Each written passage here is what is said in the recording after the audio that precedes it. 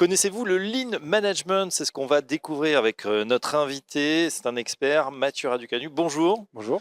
Vous êtes directeur général de Lean Nov, en deux mots. Avec vous, on va découvrir comment cette méthode accompagne certains grands projets de transformation urbaine. Mais tout d'abord, est-ce que vous pouvez nous présenter votre société Lean Nov? Oui, donc l'Innov existe depuis 4 ans. Nous avons deux activités. Nous accompagnons les maîtres d'ouvrage sur des démarches de lean management en conception et en réalisation de projets. Et nous accompagnons les acteurs de la construction dans le lean construction. Donc c'est l'organisation interne de leur fonctionnement. Ouais, alors tout ça repose sur la même méthode, le Lean. Alors c'est un mot anglo-saxon, on parle de méthode agile plutôt pour le monde informatique. Le Lean, en fait, c'est quoi? Le lean, ça vient de chez Toyota dans les années 60 pour l'industrie. C'est l'optimisation des processus de fonctionnement. Et on l'a évidemment adapté au monde du bâtiment, parce qu'on nous intervenons que sur les métiers du bâtiment. Oui, c'est vrai que dans les années 70, Toyota a processisé en fait tout un tas de chaînes pour éviter le gaspillage de temps, pour optimiser. C'est de ça dont on se sert aujourd'hui? De manière simple, le lean, c'est s'améliorer en éliminant les gaspillages. Ouais. Et avec un process d'amélioration continue. C'est de l'amélioration continue, donc pérenne dans le temps, identifier les causes d'un problème et trouver des solutions qui vont permettre d'éliminer le problème. Alors comment ça se traduit ça comme ça dans certains grands projets de la fabrique urbaine?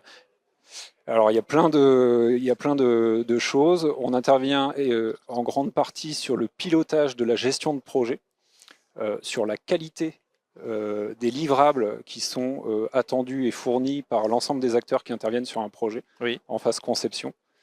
On travaille beaucoup sur la logistique et la gestion des flux des projets de construction. Et derrière, on vient vérifier et animer le fait que ce soit réellement mis en œuvre sur le chantier. Ce qui est intéressant, c'est qu'on se dit, bah, finalement, quand on lance des grands projets comme ça de transformation urbaine, il y a déjà peut-être un chef de projet. Pourquoi ils font appel à vous en plus? Pourquoi les agglos vous appellent? Parce que nous sommes formateurs, nous sommes coachs ou consultants sur l'efficacité opérationnelle. Et donc, nous utilisons des méthodes et des outils qui vont permettre d'améliorer l'efficacité de la gestion de projet. Alors, on part d'un exemple, si vous voulez bien. Je crois que vous avez des projets emblématiques en ce moment un petit peu partout sur le littoral, La Rochelle, La Roche-sur-Yon. Tiens, on va s'intéresser à La Rochelle, direction Lazac de Bongraine, un écoquartier. Comment vous intervenez sur ce projet? Donc, sur ce projet-là, je suis missionné par la maîtrise d'ouvrage. Donc, il y a 3 maîtres d'ouvrage, CISN, OPH et Axanis, pour travailler sur l'étude logistique du premier projet de la ZAC qui va démarrer au mois de septembre. Très bien. Et comment ça se passe fonctionnellement? Vous allez au contact, vous aurez passé du temps avec eux, vous étudiez le projet? Eh ben, j'interviens avec les bureaux d'études, j'interviens avec l'architecte, le maître d'œuvre pour identifier les flux qui vont avoir lieu sur le chantier en termes de circulation piétonne, véhicules. Et donc, je réalise une étude logistique qui va permettre de réaliser un certain nombre de prescriptions dans le cahier des charges du projet pour faciliter les conditions de travail, améliorer la sécurité et optimiser la manutention et les approvisionnements. D'accord. Une question, c'est sur souvent quand on a des méthodes comme ça, bah, certains les voient comme des méthodes imposées, hein, hors structure. Vous Mm. arrivez avec votre casquette un petit peu de super consultant ou de super animateur, et on peut avoir de la résistance au changement. Comment vous faites pour embrasser justement et cette résistance? Effectivement, le lean, c'est quelque chose qui est assez rigoureux, donc c'est très carré dans ses processus, dans son fonctionnement. Et il faut aussi être assez rond, donc assez agile, donc c'est beaucoup d'adaptation en fonction des différents acteurs avec qui on intervient. Et donc, il va falloir s'adapter à leur manière de fonctionner, à leur manière de travailler, pour trouver le meilleur compromis entre les process qui sont très rigides et très rigoureux et le terrain qui, lui, nécessite une certaine adaptation. Ouais, d'autant que bah, voilà, les participants doivent s'adapter et collaborer, co-construire. Ça demande une certaine participation. Qu'est-ce qu'on fait quand justement il y a des gens qui disent bah non, c'est pas pour moi, ça m'intéresse pas? Alors, l'amélioration continue, c'est 3 leviers, hein, c'est les outils, la méthode et l'état d'esprit. Le levier état d'esprit est hyper important dans cette démarche.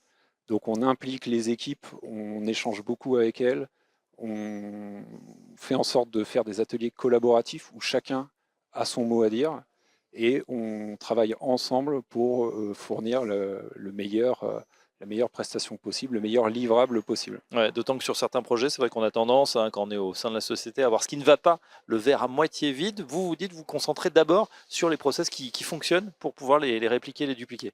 Un des objectifs dans la démarche d'amélioration continue, c'est d'identifier les bonnes pratiques et de les standardiser, de faire en sorte de les reproduire sur d'autres projets. Et donc effectivement, ça peut être un levier pour les réfractaires de parler d'abord de ce qui se passe bien, de ce qui Ouais. est bien fait, pour ensuite le standardiser et éventuellement après aller voir ce qui se passe moins bien. Vous avez vu, Mathieu, justement des équipes où certains voilà, disaient bon, non, ça marchera jamais, c'est pas pour nous, et qui finalement changeaient d'avis et commençaient à voir la transformation. Quasiment toujours. C'est quelque chose qui est important dans le sens où c'est un sujet qui est assez peu connu. Et donc, tout le monde a un petit peu peur au départ de cet aspect collaboratif. C'est un changement d'habitude de travail. Et effectivement, une fois qu'on a passé la première barrière, derrière, une fois qu'on a l'implication des équipes, en général, tout se passe bien. Et ben voilà, la formation, plutôt la démarche Lean, hein, pour cette maîtrise des projets à tester en tout cas, et on a l'impression que tester, c'est l'adopter. Merci en tout cas à notre expert du jour, Mathieu Raducanu. Je rappelle que vous êtes directeur général de Lean Nov, et à très bientôt dans Spartimo. Merci.